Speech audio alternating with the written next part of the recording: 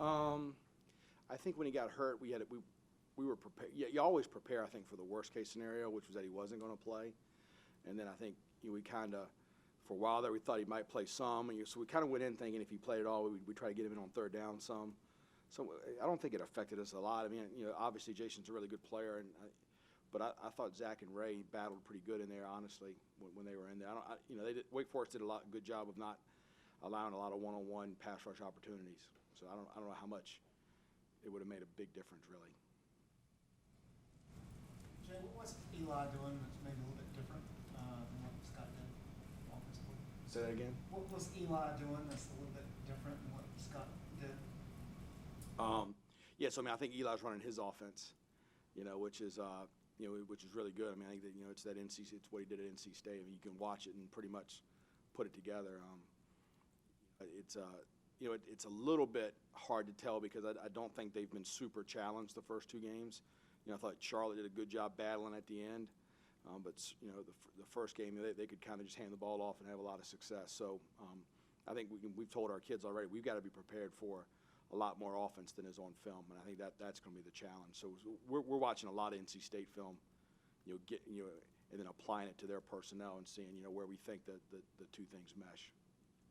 What did you guys do to adjust to that slow developing RPO they had so much success with? Because they went long stretch without having success after that biggest first one. Yeah, I think you got to give Wake Forest a ton of credit. They do a really good job, and we preached all week and we showed them all week, and then they get in the game and we made some of the same mistakes other people have made, which I think is a tribute to their coaching. And I think once we settled down and got them to kind of stay in the right run fits and slow down a little bit on defense, they make you play kind of passive in the front, and that's hard for kids to do sometimes.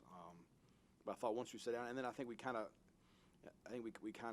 got into some calls that kind of cleaned the picture up a little bit for our linebackers, and that made it a little bit easier too. Did you guys cover better as well in the second half? I mean, obviously the 52-yard touchdown, we didn't cover anybody, so we covered better after that. But I thought we were in good shape. A lot of those throws were really, really contested throws, and they made good catches. I knew going in they were going to bang a couple of those. I got a lot of respect for that quarterback and for Sage. So I think going in, we knew that was going to happen a couple of times, and just I wish it hadn't happened on the 3rd and 13. But I think we knew there's probably about 4 or 5 times in that game it was one-on-one throws, and they won a couple and we won a couple. And I kind of thought that going in. I thought if we could stop the run and then end up 50-50 on those throws, we'd have a chance to win the game. How much does the return of Sutton change their offense this week? Yeah, he's a really talented kid. I think Hennigan 5 is really talented. So I think it gives you, anytime you get 2 receivers that are on both sides that are both really talented guys, that are both bigger guys, it gives you some concern. Obviously when you're watching him, in our off-season study last year, from the summer, I think he's a really talented kid, an ACC player, I think. So, wish he maybe sat out one more week.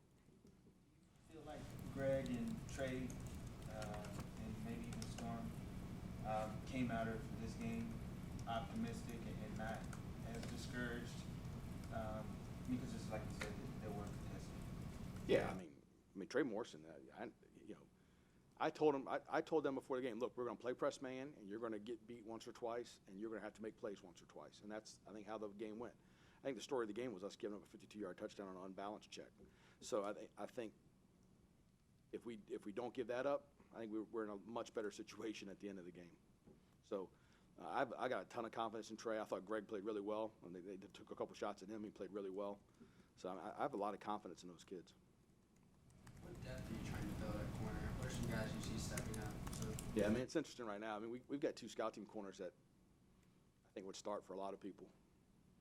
So I think a year from now, you get Bryce, who started 14 games at Virginia Tech, and you get Kyler, who I think was top 100 kid in the country, 150 kid in the country, who are both, I think, really talented.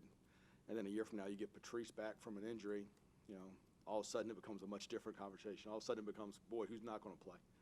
Which is, as a coach, is a great situation. So, I'm very confident moving forward. I think our secondary, I think Don Chapman and Cam Kelly are 2 young safeties who are going to be dynamite players.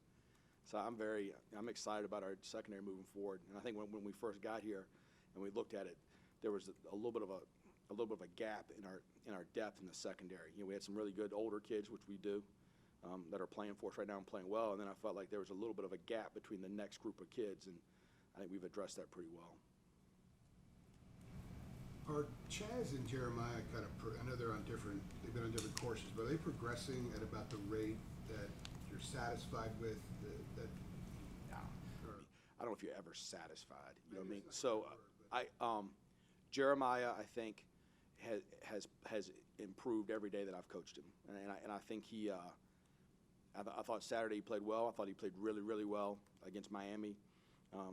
You know, I think, you know, Coach Thigpen, you know, Tommy Thigpen and I talked about him on Sunday. Like I feel very confident when he's out there that we're going to be in the right call, that things that the opponent is doing that we've identified as a tendency or as a rule breaker or whatever, he's going to identify those for the defense. You know, he's a really bright kid, and I think his future is really, really bright.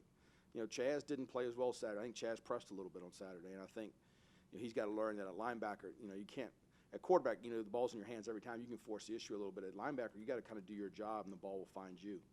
And I think once he settled down in the second half, you know, our run defense got a little better because of that. So now it's just a matter, you know, Chaz is still fundamentally improving as a linebacker, but he is super talented. You guys good? All right. Thanks.